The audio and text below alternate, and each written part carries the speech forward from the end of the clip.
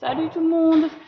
Alors je vais vous faire voir comment on apprend un petit à téter au biberon, sachant que lui là il a quasiment une semaine. Sa mère elle a un deuxième, lui c'est un petit mâle. Sa mère elle a un deuxième mâle, donc c'est deux jumeaux et là depuis hier elle en accepte plus qu'un seul et pas le deuxième. Donc du coup j'ai décidé de retirer du coup celui-ci, vu qu'elle veut plus de celui-ci et qu'elle veut de son frère. Et du coup, il sait pas boire au biberon. Donc, hier, il a bu. Ce matin, il a bu, mais il sait toujours pas boire. C'est plus ou moins long. Il y a des des chevreaux et des chevrettes qui vont vite accepter le biberon et qui vont vite comprendre qu'il faut prendre le bout du biberon et aspirer. Et il y en a, ça va être 2 ou 3 jours. Sachant que plus les jours passent, plus ils vont être à l'aise. Voilà, quoi dire d'autre? Plus ils sont petits, plus c'est facile de leur apprendre à téter au biberon. Quand ils grandissent, genre par exemple un mois et demi, et que pour différentes raisons vous voulez les mettre au biberon, c'est plus dur pour eux parce qu'ils sont plus grands. Donc du coup, ils vont avoir des difficultés, ils vont se contracter, ne serait-ce que même au toucher quand on va commencer à vouloir lui mettre dans la bouche parce qu'ils vont pas choper la tétine. Et ben ils vont se contracter et puis ils vont pas du tout vouloir téter. Donc moi, ce que je vous conseille de faire, c'est de les séparer du soir. Et du lendemain matin, ils auront vraiment très faim, vu qu'ils n'auront pas bu de toute la nuit. Puis vont se jeter un peu n'importe où, sur vos vêtements et tout ça. Et là, ce sera plus facile pour eux de choper la tétine. Sinon, s'ils n'ont pas trop faim, ou s'ils ont faim, mais pas non plus, pas enfin, pas une grosse faim, bah du coup, des fois, ça peut arriver qu'ils chopent pas la tétine, quoi. Donc voilà.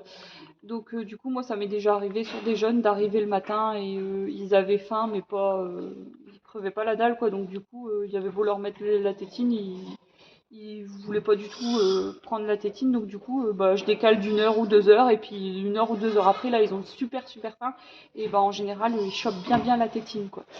Alors moi, ce que je vous conseille de prendre, alors moi, c'est des biberons pour prématurés que j'achète sur internet. Je sais plus c'est quoi la marque et le site, mais je vous le mettrai en commentaire. Ou alors je vous le redirai dans une autre vidéo, mais bon, je pense que je le mettrai et dans un commentaire et je le mettrai dans une vidéo aussi, je pense. Et ouais, donc ça c'est pour prématurer. Et en fait, l'avantage c'est que, alors moi je vous conseille c'est de prendre des formes comme ça, pas des formes spécifiques parce que du coup ils y arrivent pas. Les formes comme ça c'est nickel. Et en fait c'est très fin. Parce que dans le commerce vous allez trouver des tétines plus ou moins avec le bout plus ou enfin le caoutchouc plus ou moins fin. Plus le caoutchouc est fin, mieux c'est. Du coup voilà. Et ce que je peux vous conseiller, c'est de prendre surtout c'est à graduation. Quand vous voyez qu'il n'y a pas de graduation, en fait le bout il est pas en forme de bâton. Si je peux faire voir, hein. Voilà, là on voit en forme de bâton. Donc le fait que ça soit une fissure, il y a différentes vitesses. Et quand il n'y a pas de vitesse, ça fait une forme ronde.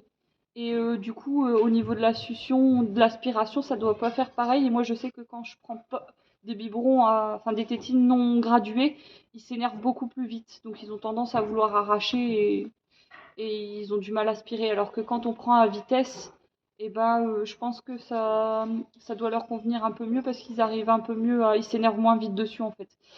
Donc voilà. Donc moi là, c'est les graduations, c'est des traits, mais il y en a avec des ronds. Il y en a aussi, ça va faire des triangles, enfin voilà, on s'en fiche un petit peu, mais voilà, graduation c'est mieux. Donc du coup, on prend le jeune. Alors moi alors soit vous pouvez vous mettre accroupi, soit moi là je suis assis sur une marche, mais soit vous êtes assis sur une marche, soit vous vous mettez carrément accroupi. En fait, ce qu'il faut c'est que le chevreau ou la chevrette, elle va avoir tendance à reculer en fait. Donc il faut que vous bloquez en fait faut que vous vous assurez qu'il peut pas reculer. Donc moi là, il est bloqué par le. Bah non, il peut passer en plus. Donc je vais mettre mes pieds en plus. Je vais mettre mes pieds en plus pour bloquer son cul. Et en fait, il va être bloqué. Donc il y a plus qu'à en fait à enfoncer Donc moi je mets toujours sur niveau 3 parce que niveau 3 ça leur plaît toujours. Donc voyez là, il a bien. Est-ce qu'il a compris? J'en sais rien.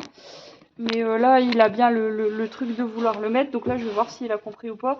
S'il a compris, voilà. Donc effectivement, il cherche, donc il sait pas. Donc moi, ce que je vous conseille de faire, en fait, c'est vous prenez le chevreau, vous mettez le doigt dans la bouche, là, comme quand je vous ai expliqué pour faire le traitement des chèvres. C'est pareil, vous coincez votre doigt dans la bouche pour écarter, vous le mettez dedans, dans la bouche, hop, vous prenez sa tête comme ça et vous mettez comme ça. Voilà. Alors là, il sait, hein. Mais il faut bien mettre la tête comme ça et les mains comme ça va le caler en fait. Donc là, ça fait hier soir et ce matin qu'il a bu, donc là, il sait bien qu'il faut aspirer. Mais vous allez voir que chez certains jeunes, en fait, quand ils tètent la mamelle, ils aspirent pas, ils pressent la mamelle. Et du coup, là, en fait, ce que vous allez avoir quand vous allez être comme ça et qu'il apprend, c'est qu'il va presser la tétine, mais pas aspirer. Donc du coup, il va pas vraiment boire, il va en foutre partout, c'est pas trop grave. Et en fait, il faut que vous attendiez, c'est qu'il capte tout seul qu'il faut aspirer. Et c'est pour ça que c'est bien aussi quand ils ont très faim, ils vont avoir plus vite le mode aspiration du biberon. Ils vont aspirer beaucoup plus vite parce que ils vont être excités quoi, ils vont être excités, ils vont avoir faim donc ils vont faire un petit peu n'importe quoi et en fait ils vont avoir ce réflexe d'aspiration beaucoup plus rapide qu'un jeune qui a pas faim quoi. Donc là du coup vous voyez je laisse ma main là, ça le cale bien. Et puis du coup il n'y a plus besoin de tenir vu que là il aspire quoi. De toute façon vous allez vite le voir la différence entre le pressage de tétine et l'aspirage de tétine. Le pressage ça fait, enfin vous allez rien sentir alors que là je sens qu'il aspire. Hein. Ça fait, vous voyez, enfin ça se sent quoi. Donc voilà. À l'occasion, si j'ai jamais un jeune qui débute, j'essaierai de vous le faire voir parce que lui, on voit qu'il est débutant parce qu'il n'a pas chopé la tétine tout de suite. Par contre, il n'est pas non plus novice parce qu'il a chopé tout de suite le mode aspiration. Il a compris qu'il fallait aspirer sur des tétines. Donc voilà quoi. Donc moi, je sais qu'il y a des jeunes qui vont avoir le mode aspiration au bout de 3 fois, 4 fois. Donc ça dépend des jeunes. Là, il a fini. Alors hop, surtout quand il a fini, vous enlevez parce que sinon il va aspirer de l'air. Voilà. Donc là, il tousse parce il aspire de l'air en même temps vu qu'il s'y prend pas très bien. Je vais aller chercher un deuxième biberon et je vais le finir.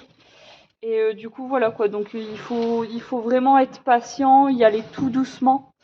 Tout doucement, même quand vous mettez votre doigt dedans, vous voyez, j'y vais quand même bien, mais je suis pas non plus comme ça hyper contractée, je suis quand même à l'aise, vous voyez, enfin la manipulation, hop, là je force, mais vous voyez, il se détend parce que je suis quand même souple, je suis pas, ma mère elle est plus tendue quand elle fait ça, du coup le petit, ils ont tendance à se contracter, à pas proposer des choses, alors que quand vous êtes un petit peu parce que c'est de la contrainte, hein, il faut quand même qu'il aille sur le biberon et ça va pas être naturel d'aller sur le biberon.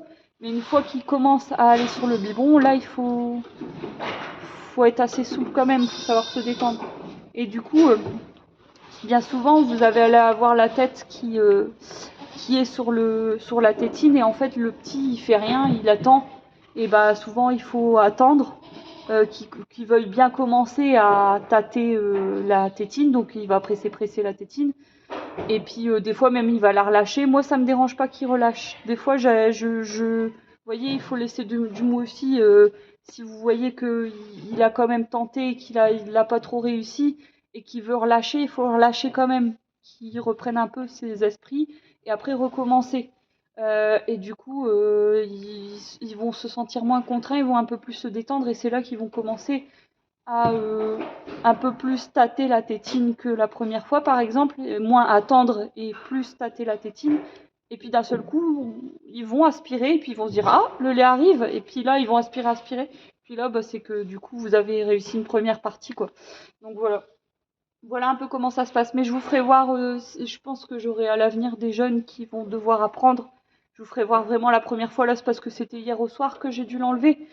Et ce matin tôt, et du coup quand c'est ça, enfin voilà, j'ai les femelles à gérer au cornadi, j'ai la litière à nettoyer, donc il faut quand même que j'aille assez vite, donc j'ai pas pris le temps, mais la prochaine fois j'essaierai de prendre le temps l'après-midi à prendre à une chevrette à boire de l'après-midi pour la première fois pour faire voir la différence. Mais voilà. Voilà, j'espère que ça vous aura plu et que ça vous aura aidé là-dessus. À plus!